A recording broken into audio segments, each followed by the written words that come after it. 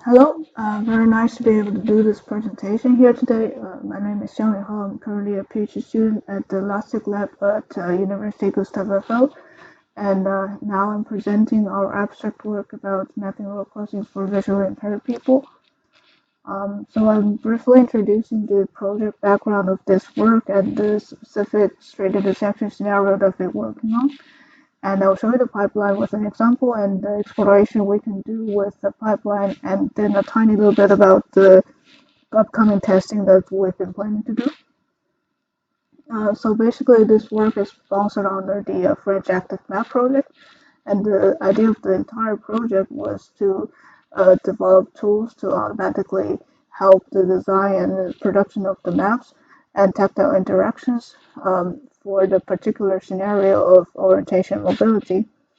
And we've been working on straight intersections because it is a very vital skill to the independent journey of visually impaired people, but because of the nature of the street and the traffic, it's very challenging and also very, very dangerous to learn and practice. And so when you think about the skill, there's mainly two aspects of the skill. The first is the analytical aspects in the sense that you have to figure out how is this intersection laid out and what kind of traffic control it has. And there's the second part of more practically of the execution part about initiating a walk, timing a walk, and maintaining heading throughout the journey. And in terms of the geometry, there are a few aspects that you really, really need to know before you can go. First is the shape of how many legs are there in these intersections and at which angles they're meeting. And the other is about the width because that directly determines how much time you have to cross to the other side. And you need to find where the pedestrian crossing is, and also you want to know if there's anything in the middle of the street that you have to stop and wait. So without a map, you'll be standing here at the edge of the crossing and listen to the traffic to figure it out, which is very tricky.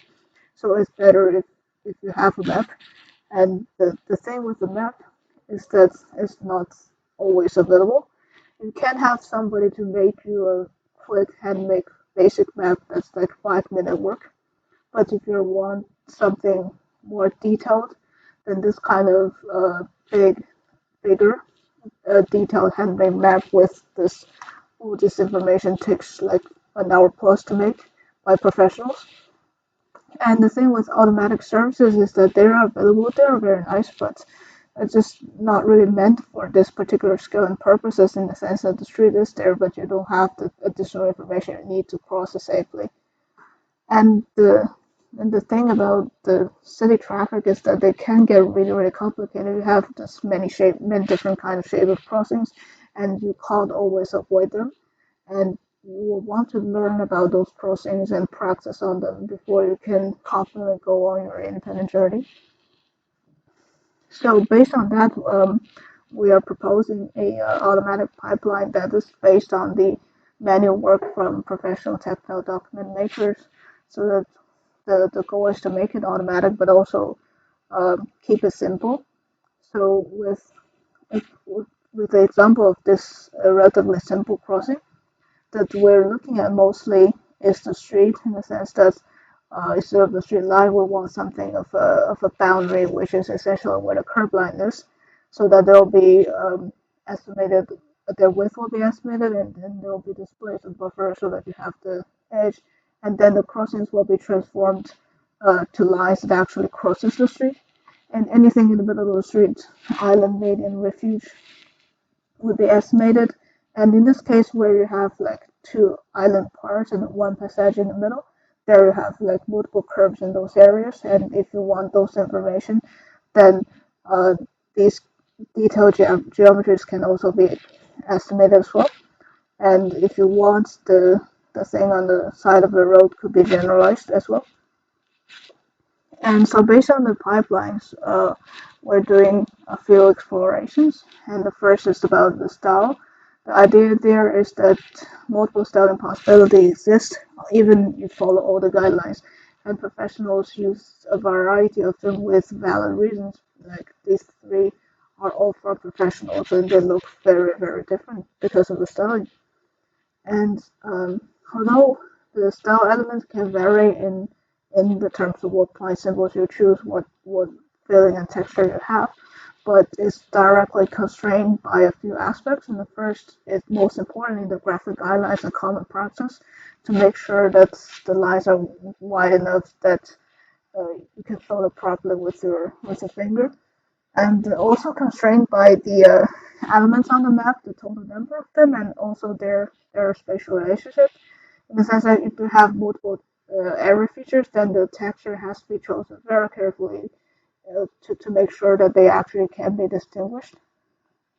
And the practical part of the production technique also have a bit of influence on what kind of styling can or cannot be used. And there comes the preference, the habits, and the different ability of the user that may also come into play here. So the idea is that it's very diverse, even if all the rules still have many choices. And also it's not something that is optimizable.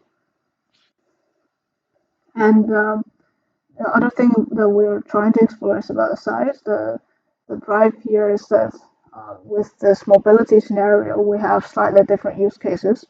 The first one of is that when you before you go to your journey, you're learning about this area at home at your desk where you can have a bigger map with a lot of details. You can take time to do that.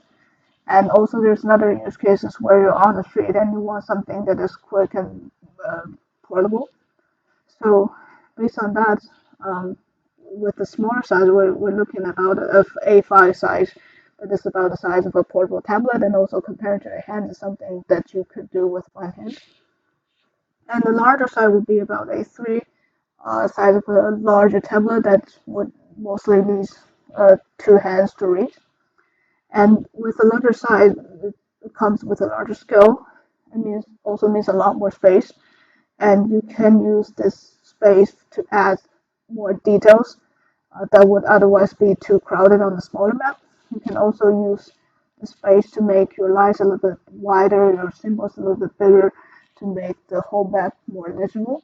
So that with this bigger map, it could be less cluttered because you're having much more space, but it could also be more complex to read because you're having more information. And uh, with a bigger map, you're with your hand, you're reading one section of map at a time, and synthesizing all those things together could also be complicated for the reader. So we're thinking that the size would matter, but exactly how we don't really know yet. And the third exploration aspect is about the multimodality. We're doing audio here. The idea is that we know that audio plus tactile interaction combination is facilitating learning and improving usability in the sense that it takes away the brow, that is the harder part of the reading, and also gives you a lot more space without all the brow. And also then you're able to put much more information on the whole system without cluttering the map. So what we're trying to do is to put interactors on the tactile map. So when you put on a tablet, that those interactors would trigger audio descriptions about like what is the street called, and how you're supposed to cross the street and stuff like that.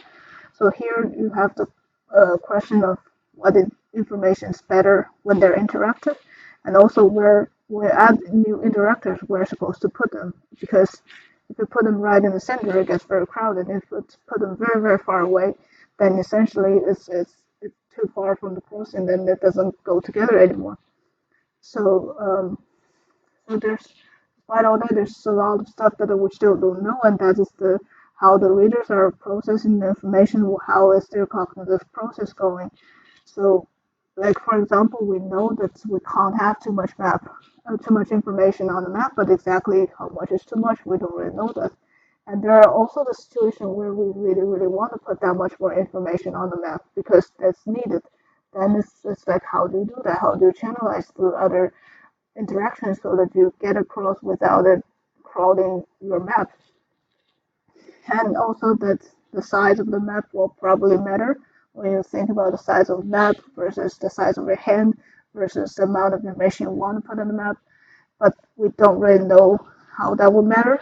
And again, the ability of the map user would also matter in terms of how they're processing the information, and also that we don't really know how do we know all these, in the sense that in visual studies you have all those fancy technologies that can tell you where people are looking at, what is their brain activity and all that, and those technologies were not used as much in textile studies.